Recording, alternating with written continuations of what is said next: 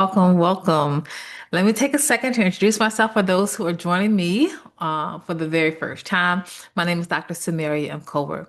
I am a licensed mental health therapist, and I've been in the field a little over 20 years, y'all. I celebrated my 20th year September of last year, and I'm so grateful. I am a lover of all things purple, as you could probably see. I love Jesus. I love my company that the Lord has given me. It is called Kingdom Creative Counseling, and we haven't been in existence for 20 years. So we have been in existence since I want to say in my mind that was. Well, it's been a actual factual business since 2017. I had it in my mind probably just as long as I wanted to be in the mental health field. And so, welcome, welcome. I am so glad that you have decided to join us today. Another fun fact about me, yes, it is a shameless plug. I have just, I'm a writer. I love to write. Writing has been my first love since I was a kid. I was writing before I could spell. Okay, and that is no exaggeration.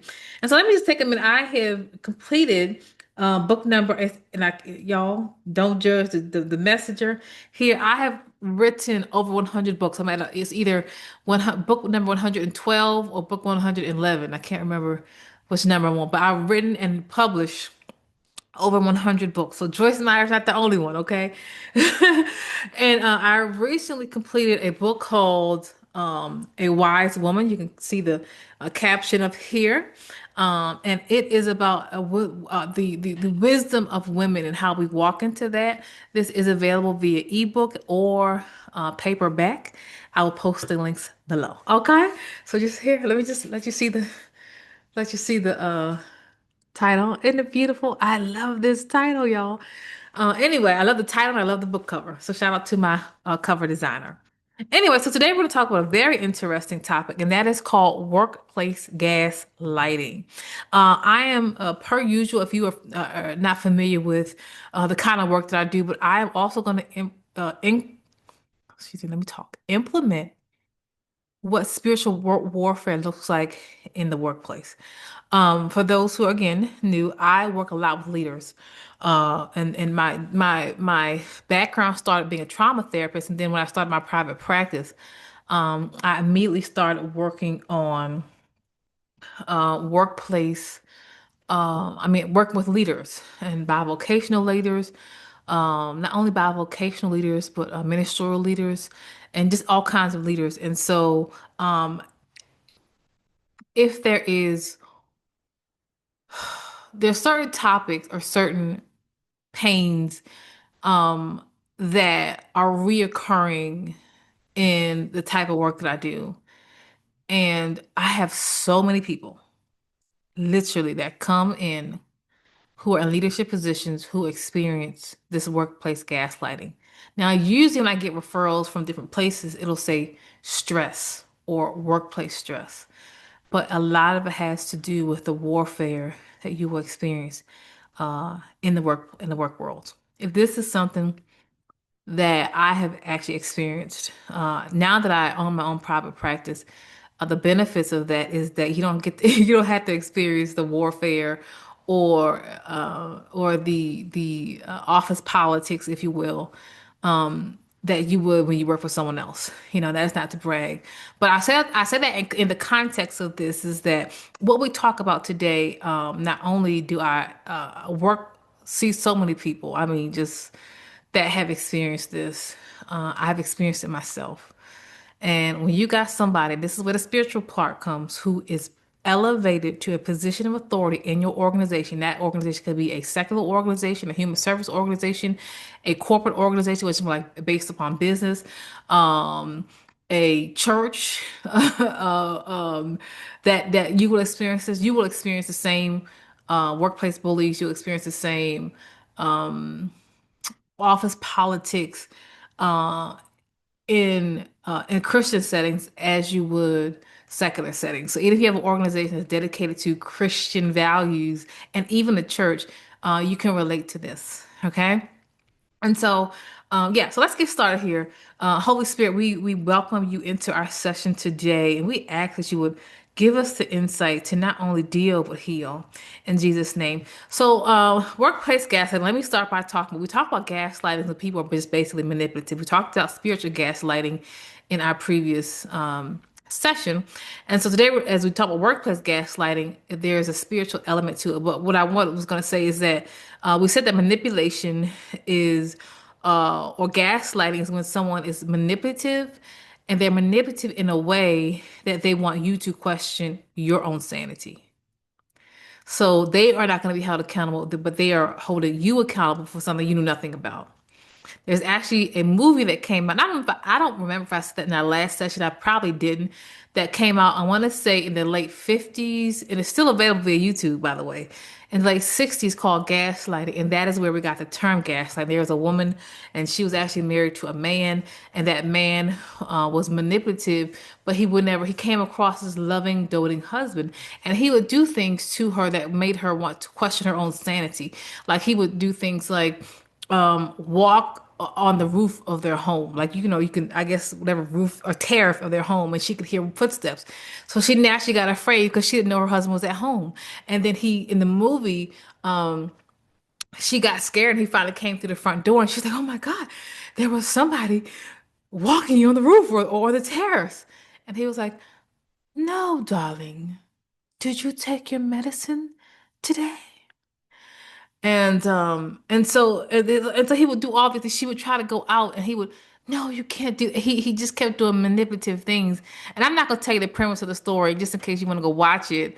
But what ended up happening was, it turns out, well, I won't tell you. So, but the point I make with all that is gaslighting is when there is a manipulator, and they are doing things to help to make you, not to make you, but to try to get you to question your own sanity. So it can be just as clear as day. You can say, "Listen, this is what you signed right here, and this is what happened right. These are my notes, y'all, and this is what happened right here. And this is the video camera of you doing this." And they're gonna look at you like, "Are you sure? No, that did not happen," and they just lied. So there are lots of people, even into the biblical stance, that actually have experienced workplace gaslighting. We just did not call it workplace gaslighting. Of course, there's no gaslighting in the Bible, just like there's no monitoring spirits. But what we can do is look at the observation or look at the behavior and quantify it to a modern day term, which is a monitoring spirit or gaslighting. For example, uh, Joseph experienced workplace gaslighting. He was a victim of sexual harassment.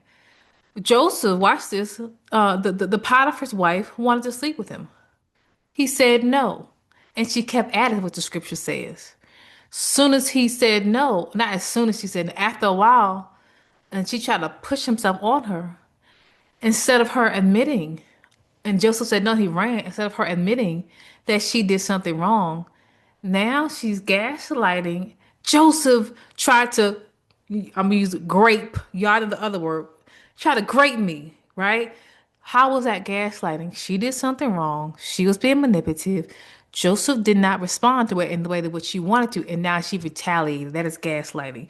Same way with, let's say Daniel, who experienced again workplace gaslighting. Daniel was a official in the kingdom that he was actually held captive under. And when Joseph would not bow to the king, he was accused of insurrection towards the king, and then he was placed in the lion's den. He didn't do anything wrong, but again, you see the manipulative character. If you don't bow to this king, you don't do what this king says, or you don't stop praying, and you can only pray to any other king. You can't. You can only pray to or praise the king. Joseph wouldn't do it. Sometimes you become the victim of work or other people's manipulation or gaslighting when you won't fall in line and just do what the crowd says. Same way with Shadrach, Meshach, and Abednego. Then we got Jacob in the Bible, okay? Jacob had a nasty, nasty supervisor who just happened to be his father-in-law.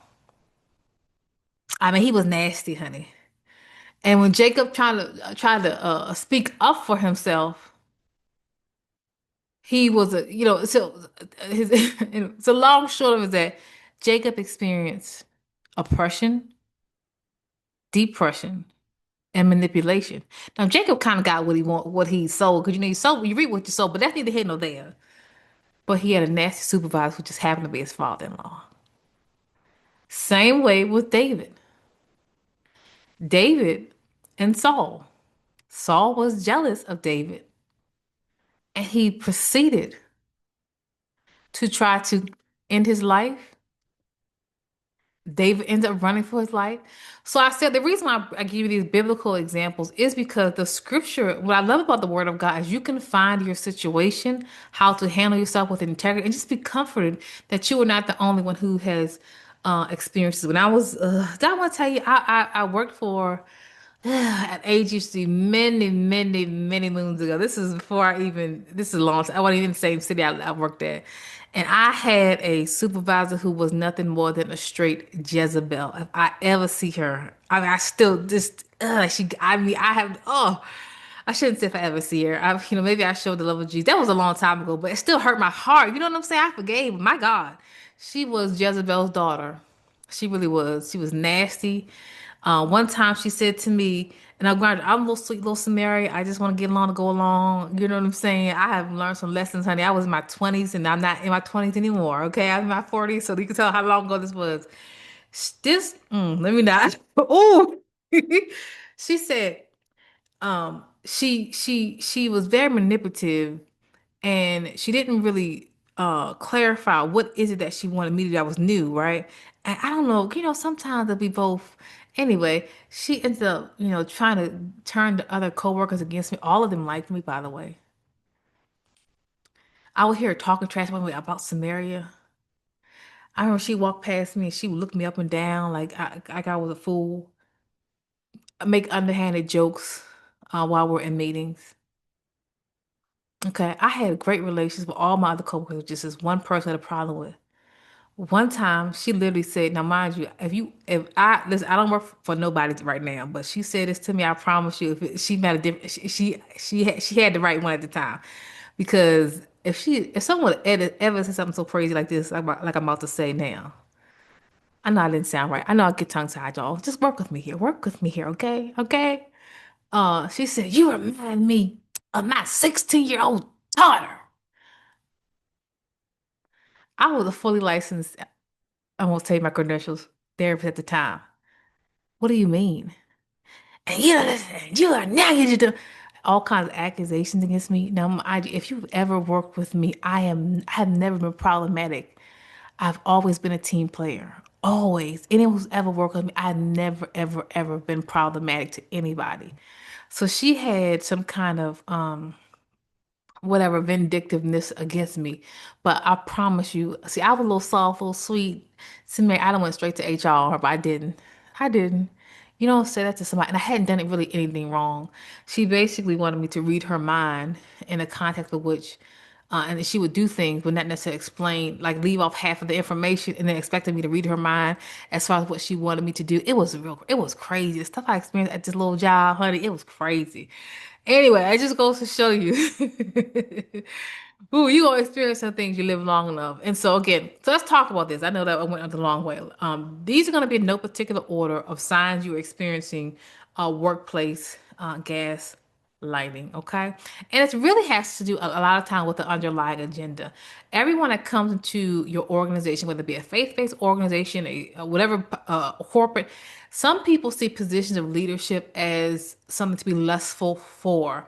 And then when you come into an organization and your heart is pure, you just are there for the work or for the vision, or because, let's be honest, we gotta get paid, our bills show up every month, right? And you don't have an agenda. You will always be offensive to people who do have an agenda. Let me say it again. When you have a pure heart and you are there with a pure intentions, you just by your presence alone will be offensive to people who have an agenda. Because in their minds, they're competing with you. You're not competing with them. Had you not walked into the scene, they think they have that in the bag. I work with so many great, even good, I mean, excellent leaders in my private practice, by the way. When I say work with, I mean they're my clients. And excellent, Samari, this is the policy. This is what we do. I don't understand. I mean, this is how we do it. This is how we lead people. Excellent in leadership, but going through all kinds of warfare because there's workplace gaslighting. Mm-mm, mm-mm, mm-mm. So let's talk about this. So again, this is in no particular order, signs. They make false accusations about yourself or your work in an attempt to undermine you and to have others to question your credibility, particularly others in higher up, the people that can give you the raise, the people that can give you promotions, the people that, let's say, for example, there's positions that you may be eligible for. They want to make accusations about you or about your work in such a way to undermine you so that you don't get put in higher positions within your organization, within your company. Okay? False accusations. Another one, this is my for us as black women. I'm gonna have to say this. I'm a black woman, by the way. Michael, I like not that y'all are questioning that, but I'm just saying, okay? Because some people are like, well, it's not all that look color, but sometimes, we do experience this, and it's microaggression, microaggression. And this is when the Karens of the world, and I have to say my white tears and their white frailty, and black women oftentimes come across these Karens or these persons who have white or these frailties in the work world. My experience working with my sisters and brothers, like black women tend to be passionate about in leaders, but they also tend to be very professional. So I'm not interested in hanging out at the good old boys club. I didn't come here to make friends. What is the policy? And they're excellent at what they do. And so as black women, if we speak up for ourselves, we are considered nasty or mean or aggressive, the angry black woman, which is not the case. Even if you are calm about it, or if we're too quiet, or we set boundaries, then we're not playing as a team. Like, I have to say this, and I know it's not about race, but I have to say, like, I never cared for when I worked in any other organization how if you really like Samaria, my non-black co-workers would be sister girl and me. Hey girl, hey girl, hey girl. Like, first of all, we're not friends, right? And I don't care how much you like me. Like this is a professional environment, but a lot of times when I know I just gotta say it, y'all. Don't judge the messenger. They just get too familiar. Like this is a job, and I can't stand because I don't hang girl sister friend with my coworkers. Like if I had another supervisor and she is we cool. Like I don't hey girl hey, and I don't assume anything. If I had a supervisor that's like, and again another black woman, another person of color, I'm not assuming hey girl what's up hey what I don't do all that. No, that's a professional. I'm gonna respect that role, and we can go from there. You understand what I'm saying? But sometimes when people get too familiar with you and that hey girl sister girl hey you want to be a part of the girlfriend clique, and you're not my girlfriend. Number one. Number two, we are coworkers. We are here to do a job together. And when you set that boundary, like, hey, I'm Samaria. You can call me Samaria. Uh, that's kind of it. All right. That you can be perceived a certain kind of way, like, oh, now you that person when it's just not the case. And so when you stand up for yourself or you speak up, and even if you speak in a stern but respectful way, hey, this is what our policy is. This is what we're going to do. This is how we're going to carry this out.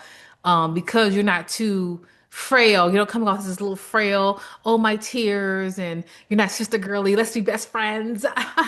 You're not that person. Then they look at you like, oh my God, you're not a team player. Like you're mean. You're when you speak up, even when it's a calm, because well, we know how to conduct ourselves in the work world. It's a calm but stern way. Hey, I would like to be that. This is what I said. This is how we should do these things. Now you are angry or aggressive or brash or snob or bougie, or if you want to hang if you're not hanging out in the water cooler trying to be with the good old boys club and trying to be friends and hang out and go out for drinks at the bar afterwards, all that kind of stuff, then you're not a team player and you're bougie and you're a snob. No, they can't, anyway. I got a lot of clients like that, honey. Lots of clients. Another one is what I call professional harassment. That means the micromanager who is sending you odd emails, text messages, and making underlying accusations against yourself. And I can only use myself as an example. I don't have any issues towards this person, but I was working at a clinic one time, and the one of the staff members kept accusing me of like not turning in paperwork.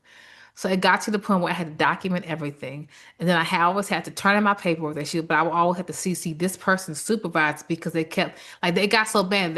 She had supervisors saying, Samaria didn't turn in this, and this, right? I turned in all the stuff. I kind of, by the saving grace, I had kept the email. You know how when you have an email and the outgoing, you can see where you sent it. And so I said, "Hey, I just want to let you know I did turn this in," and I would re-forward back with this timestamp when this email and this information was sent out. Okay. But that professional harassment where they kind of stay on you to make sure you cross every I, dot every T, you can't make a mistake. That's professional gaslighting. They put unrealistic demands on you. And that's just I mean I think that kind of speaks for itself.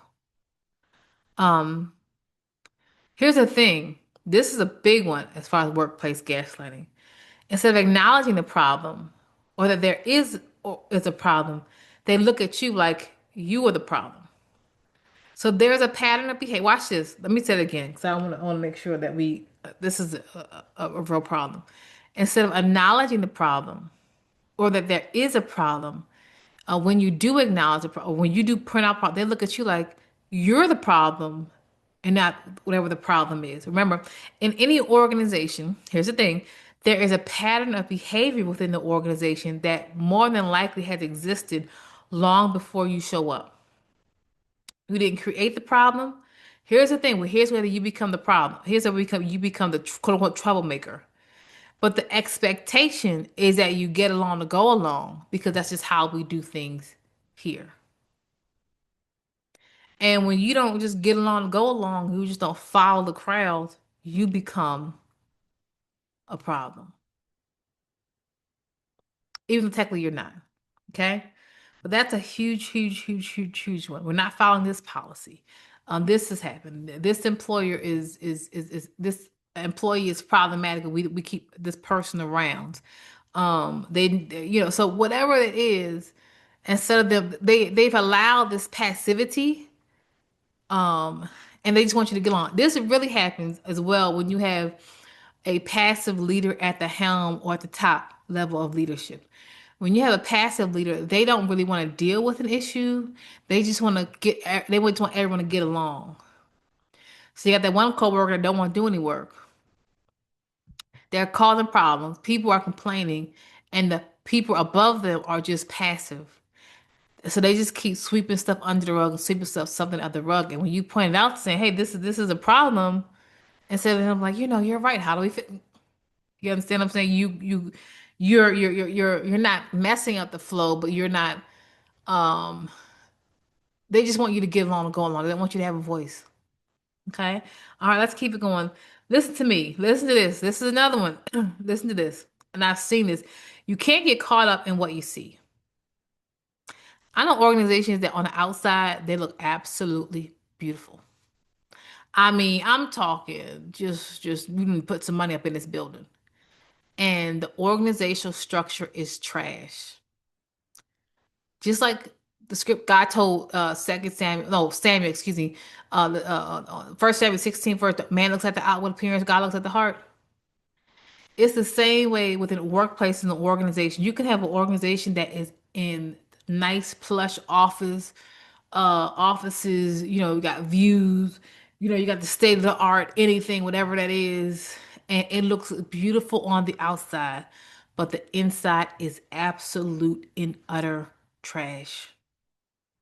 But it looks good on the outside, but the organizational structure is horrible. Can't keep nobody. So just because an organization, listen to me, listen to this, has an excellent mission statement, an excellent business model, does not mean it is an excellent company. Okay? Should I say that again? Just because an organization has an excellent mission statement, excellent marketing strategies, excellent business model, does not mean it is an excellent building. Does not that it stands on does not mean it is run with excellence, or that the leaders in there are excellent, or that it's an excellent company.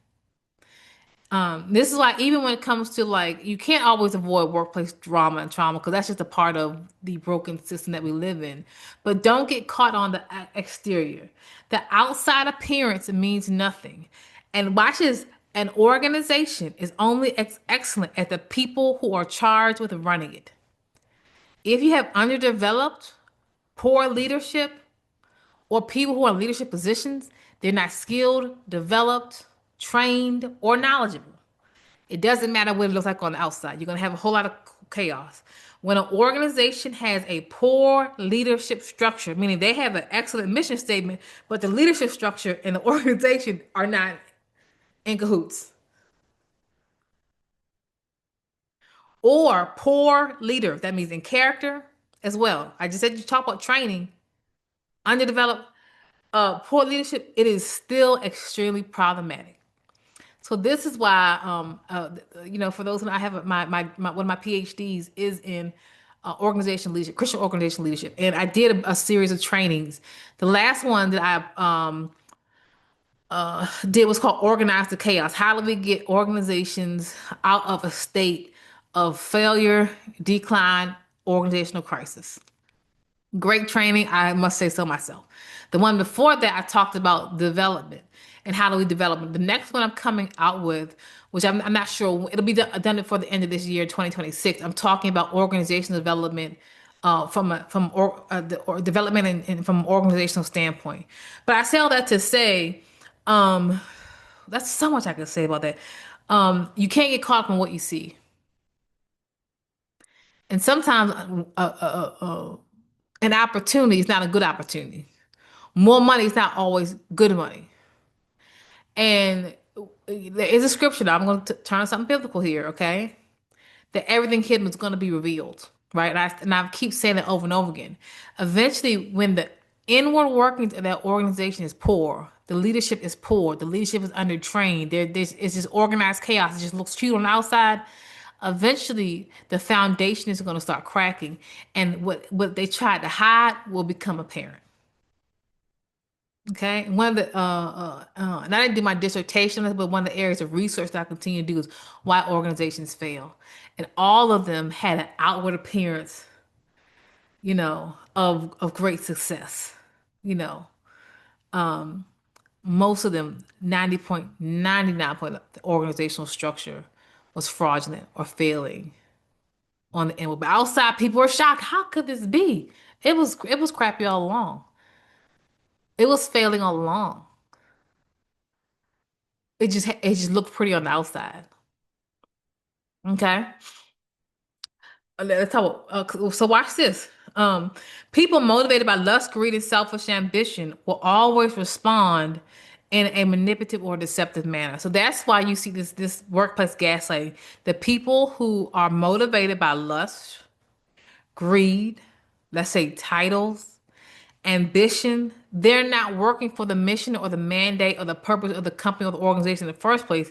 They are self-focused. So you experience gaslighting when you speak up because you are perceived as a threat to their plans. They're not really there for the advancement of the organization. They are there for the advancement of their agenda.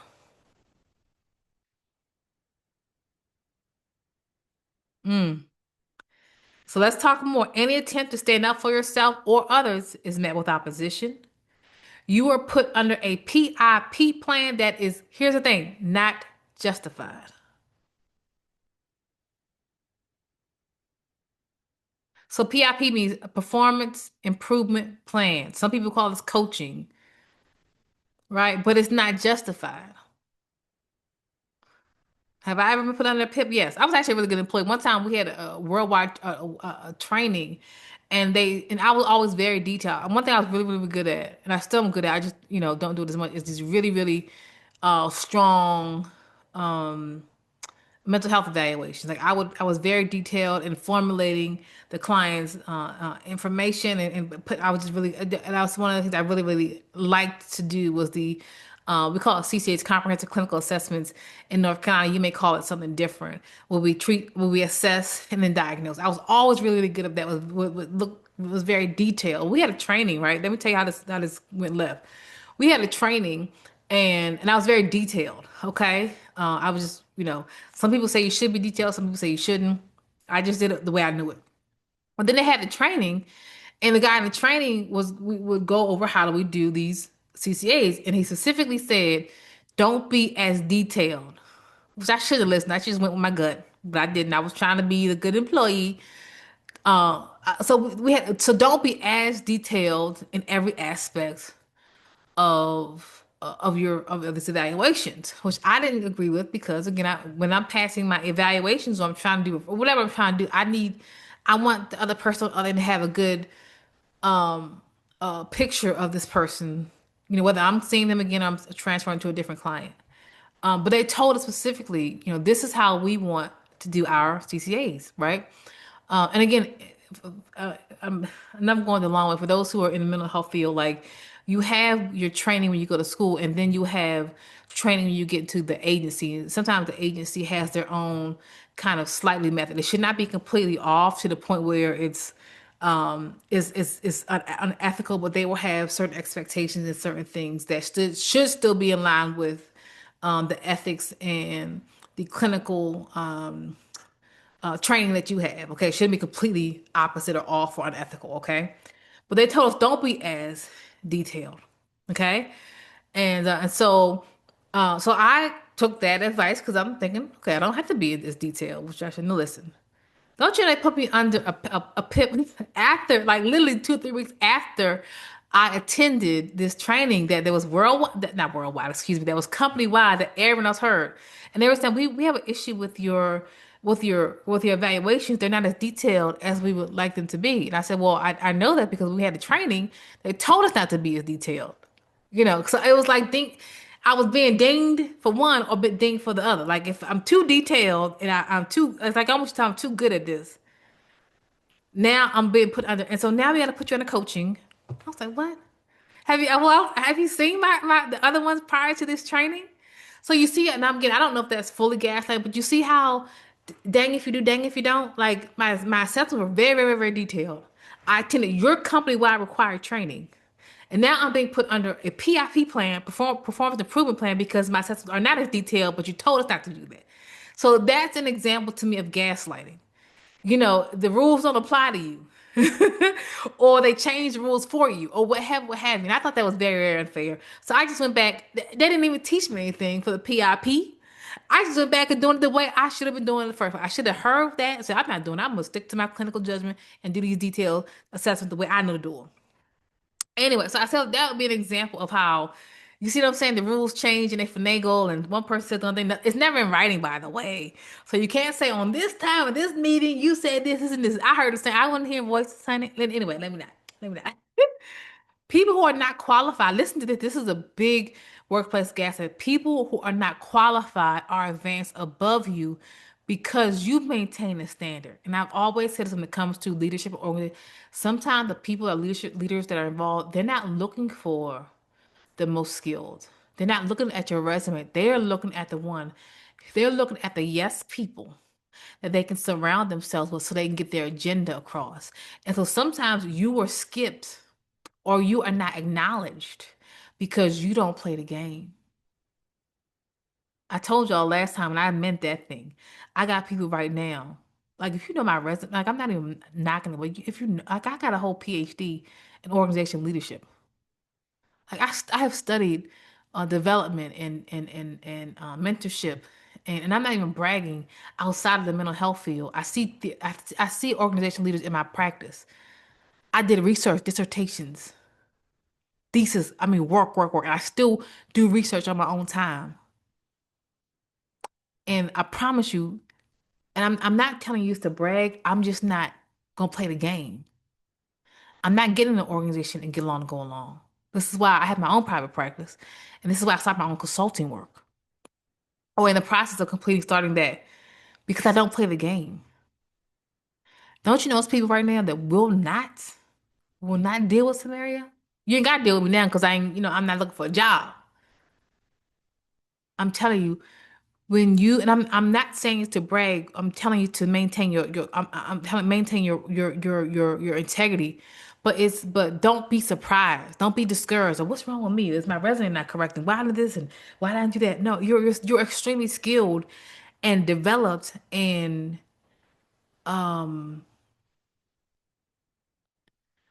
knowledge about what you do. Why this person got advanced?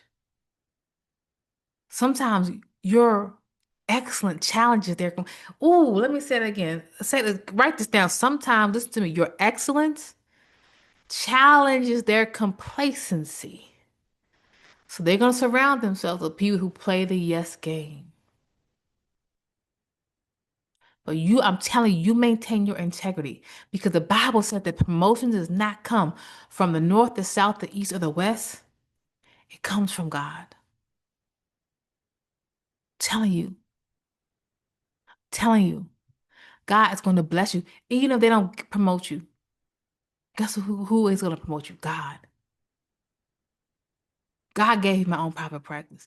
Now, I will say that the last company that I worked for, I experienced different things, but I had a really great team. I didn't leave my organization that I worked for almost 13 years because I had an issue with anybody. I didn't have any issue with anybody, okay? So I'm not telling you that. I'm just telling you that even if God doesn't open up that door for you at the organization and you know you're being passed over, God will place you at the right people, at the right hands. He'll give you your own.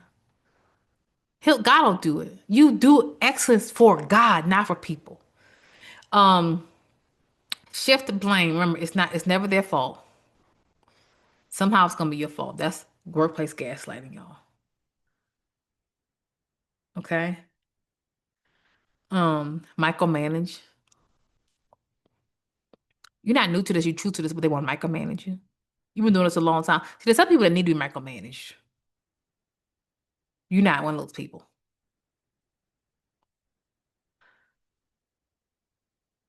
The gaslighting conversations. Well, if you don't like it here, you're pointing out a problem, and I always say that when we talk about strategy, don't just bring people a problem, bring them possible solutions. Hey, I noticed we're doing this way.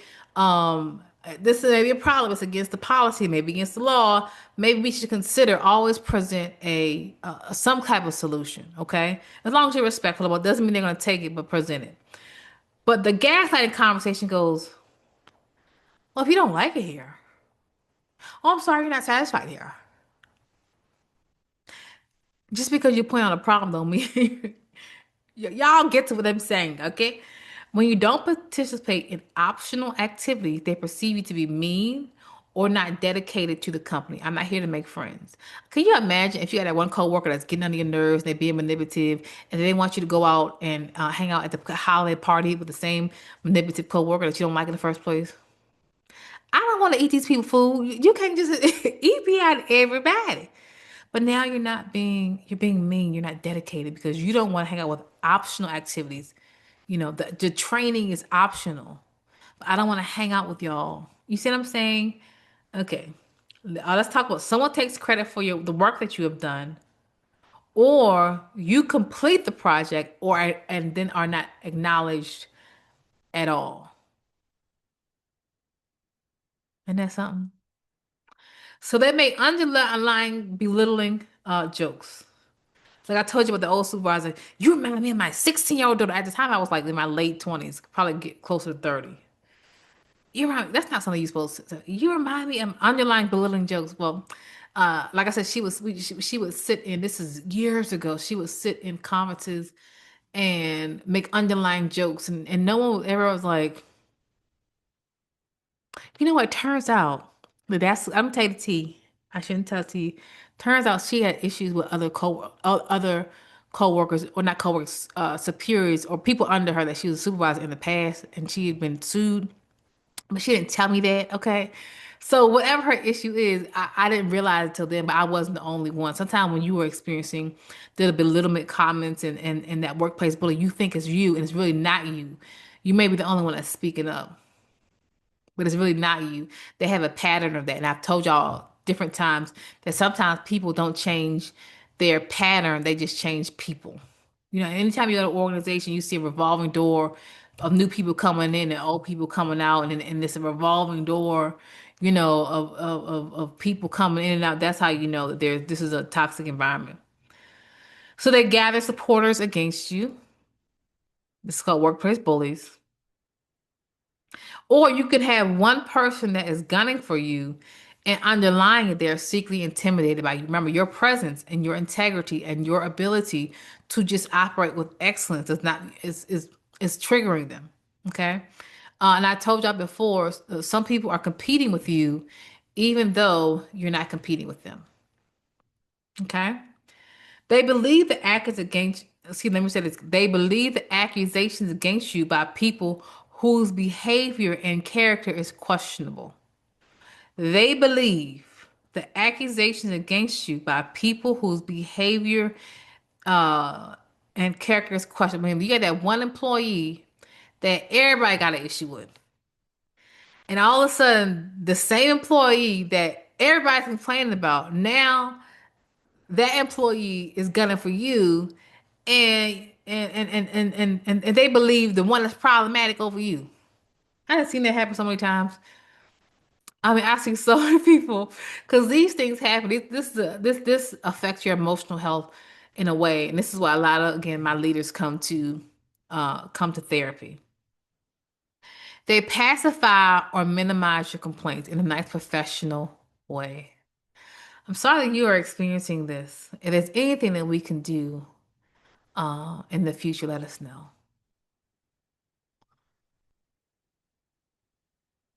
They don't give you any real solutions. They just pacify it. Oh, it'll be fine. Problematic employees are often pacified.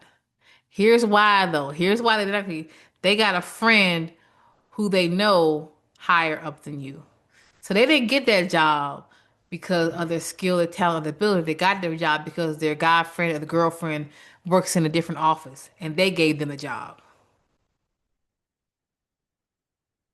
And they got the hookup. Okay. So a leader that's leadership style is very passive. Child, if there was one type of person that I just could not stand when it comes to leadership position was someone who was passive. You know, there are different ways to communicate. There's assertive communication, there's aggressive communication, but the passive ones, think about Ahab and Jezebel. Ahab was a passive, emasculated man. Now imagine Ahab being your supervisor. And Jezebel, honey, it's just horrible. Passive leadership is above you. Watch this.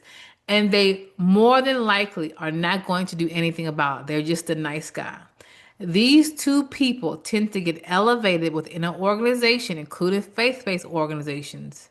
And again, that is the Jezebel spirit and the Ahab spirit. Okay, if you know a little bit about your word, Haman was a male type of Jezebel. Okay. Saul is another type of character. But that Ahab and Jezebel, I mean, they be running organizations, honey. Got somebody that's manipulative all the way at the top. Ain't that something? Both have an agenda. And again, remember this, whenever someone is motivated by the wrong spirit, innocent people get hurt. And they always, the ones that are real manipulative, they always come across the nice little sweetest thing. They're a go-getter, they're a natural leader. That's why you gotta, if you are in a position of hiring people in any or gathering people together or even like onboarding leaders and people like that, you have to use some discernment. Okay? Just because someone's resume looks good or they just come across as a nice person does not mean they are qualified to lead anybody and definitely not run an organization. If you want to look at any organizational split, whether it be faith-based or a secular organization, point it to the spirit of pride and manipulation that went unchecked. And I did do examples of that in that training called Navigate the Chaos. I started the first, I want to say like 30 minutes going over case examples of modern day case examples of organizations or structure and how they failed. And some of these organizations, there was one church that had been had been four generations of preachers. And then I talked about, I won't tell you all, anyway, I gave you modern day examples, okay, of these organizational splits. So what happens is long term, these organizations eventually will flounder and fail. Okay. But that's why you got to operate in check because you will always outlive a lie. That supervisor who was real nasty to me, I haven't seen her in years, and I never hope to see her ever again in this lifetime. And I just don't. I don't know if well, I don't think she's a Christian, but hope she show repent. But she tried to tell me that I was not cut out to be in the human services field. Is this your job? Try to tell me that. And then actually verbalized it. I can see why she got sued a couple times. When I said that was years ago. Like I said, I have been in the mental health field over 20 years. That was years and years and years and years and years ago. I ended up getting a different job. I was there for 13 years. I loved being there. I had my own private practice now. And that's why I say it is an issue of spiritual warfare because I look at the work that I do as a therapist and as a therapist, a licensed therapist, as not only just my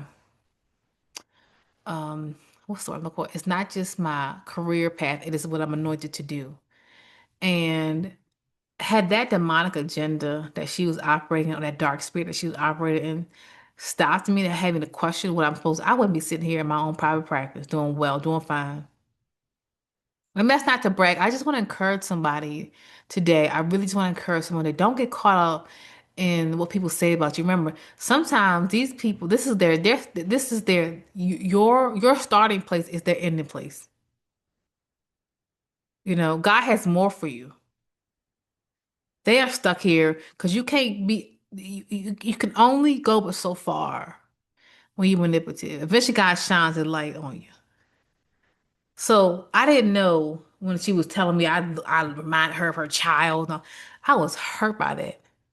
Now I bet you she would if I did see her again. And someone first off, no one would say anything like that to me nowadays. I just am not the type person. I'm not gonna go back and forth with you, but you're not gonna come outside of your mouth talking trash now, okay? But I say all that to say, like, that was such a long time ago. If I had allowed those word curses to stop me, I wouldn't be sitting here in my own private practice. I didn't leave my last job. I loved it. You know, I just it was just time to move on. I would have never spent 13 years there.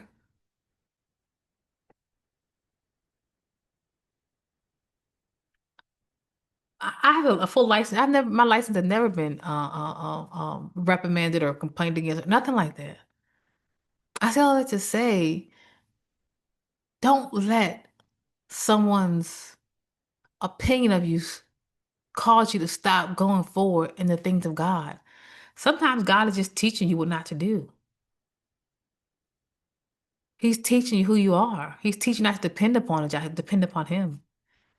So how should you deal with it? Remember, this is an area of spiritual warfare. The Bible says we fight not against flesh and blood, but against principalities, against powers, against spiritual wickedness in high places. When you're in this type of environment and you know you can't stay, I mean you can't leave right then and there till God releases you.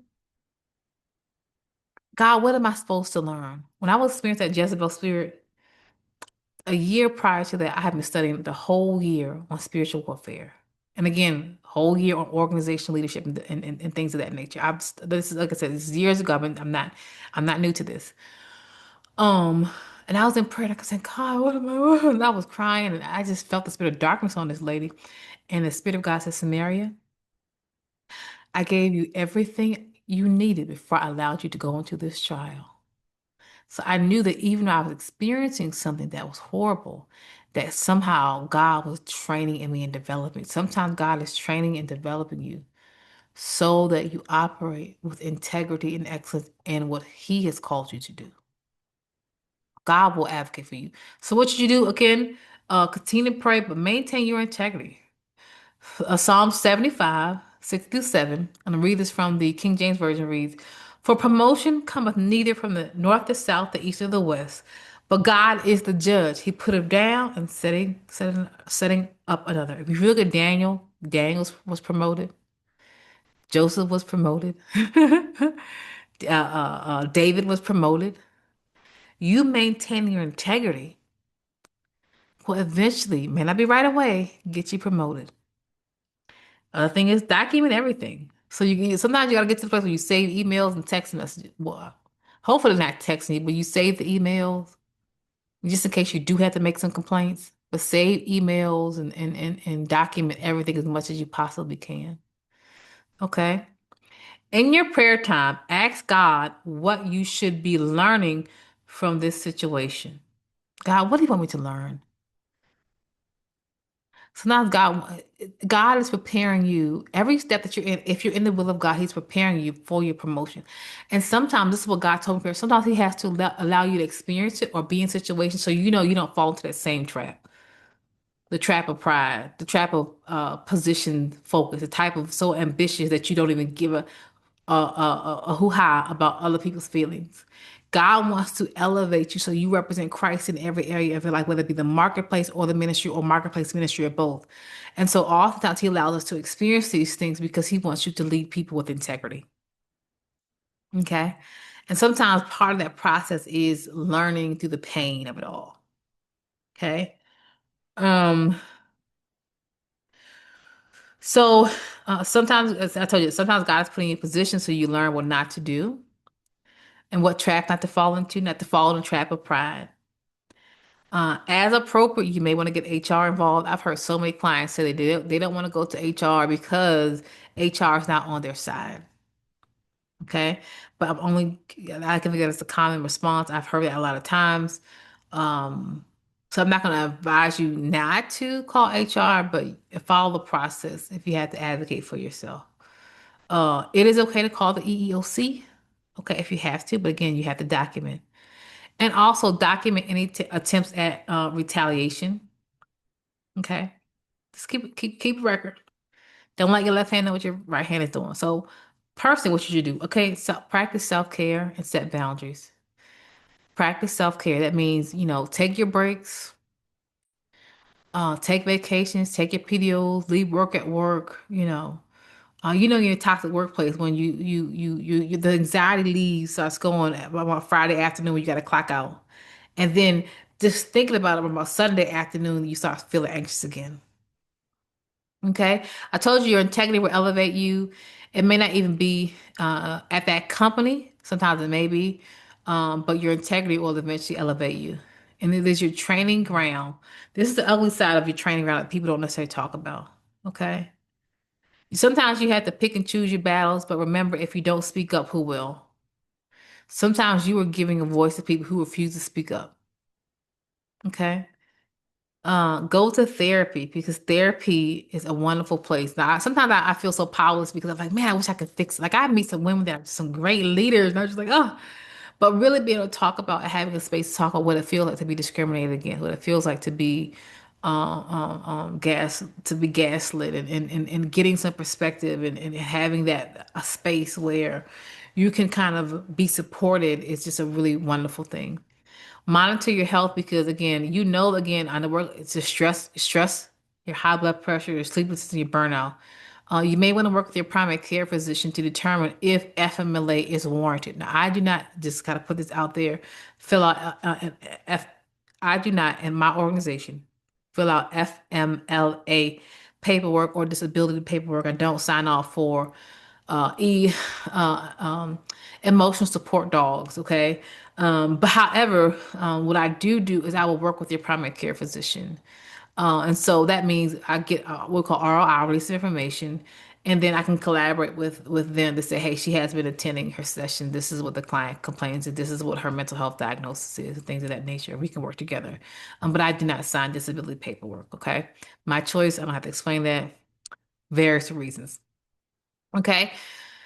Take your breaks, lunch breaks, PDOs. Okay. Um, don't compromise to be liked. And again, you can't control. There's a thing called the locus of control. You can actually look up Google locus of control and it'll pull up, and it talks about what is in your control and what is not. So what is in control is my thoughts, how I speak about or to myself, my boundaries, the goals that I set for myself. Those are things that are in my control. What I can control, my control is the outcome, the past, the action of others, and the outcomes. So one thing I would tell myself is that you Samaria, as long as you've done things with excellence, and you know that you can sleep at night knowing that you've done your absolute best. and whatever they're saying about you is not true, you know, um, you're okay. God is the one who has the final say. Now, I didn't have a huge issue with workplace gaslighting. There are a few times in my life, like I said, you cannot necessarily avoid it. But remember, still do what you do as a service to God. And I want to talk to my people who are leading organizations on the top here. Remember, a house divided against itself cannot stand. So if you're in the hiring process, you're going to have to really, or at the top, executive leadership type of roles, you really have to determine who you allow in your organization. When the wrong people are in positions of leadership, the strength of the organization weakens. Okay, I have to say, when the wrong people are in positions of leadership, the strength of the organization weakens, and then you will start seeing a decline in attendance, decline in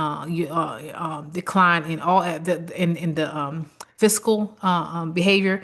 You'll decline in the revenue. You'll just see huge declines. Okay, and eventually, if it's not dealt with, that organization will eventually implode on itself because a house divided against itself cannot stand. I want to again talk to the people who run organizations, whether it be a faith-based organization or a secular organization or corporate, whatever it is, business. Remember this: solid people, good leaders, don't leave organizations; they leave leaders. People don't leave organizations because they heard a rumor about you. People don't leave organizations because of a lie about you. You understand what I'm saying? People don't leave organizations because of the exterior. They leave an organization because of what's inside the organization. People don't leave the organization. People don't leave the organization. Let me read this. Let me read this again. People don't leave because the organization is bad. People leave because the leaders running the organization are bad. And again, I told you what makes them bad. Sometimes they're nice, but they're underdeveloped. They don't know what they're doing. They're not trained. They don't have the heart posture.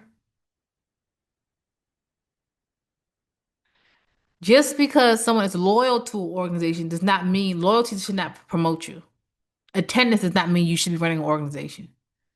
You have to have a skill set and we call a resume. So let me say it again. I'm gonna show y'all my notes. It's in bold because this is extremely well, you can't see it. Hold on. You can't see it really big. This it's in bold letters, y'all. People don't leave organizations. They leave leaders. People don't leave because the organization is bad. People leave because the leaders running the organization are bad. And you can be nice and not in an appropriate leadership role. Just because you're nice does not mean you should be running something.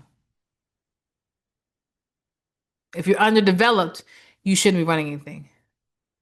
We don't train as we go. You should be trained before you came to this organization. And eventually, I'm telling you, we start seeing declines. I'm telling you why. People, and if you don't take accountability, it's the same way with faith-based organization. When there's no accountability, the morale. Watch it. If you sow corruption, leaders, you will reap corruption. So I'll go back to those who experience those for the leaders who experiences workplace gaslighting. If you know in your heart you haven't done anything wrong, don't question yourself. Say, God, what am I supposed to learn in this situation?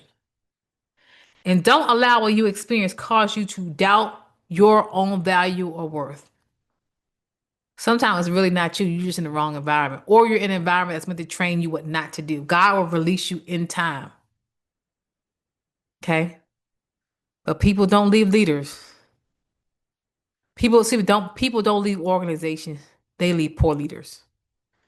And at the end of the day, when you experience workplace gaslighting, commit to becoming excellent. You might not necessarily want to be a leader, but say, based upon what I've experienced, I don't want to treat people like I've been treated. Let me pursue excellence. Keep praying. God will give you strength for whatever place He has you. He will give you strength. Okay.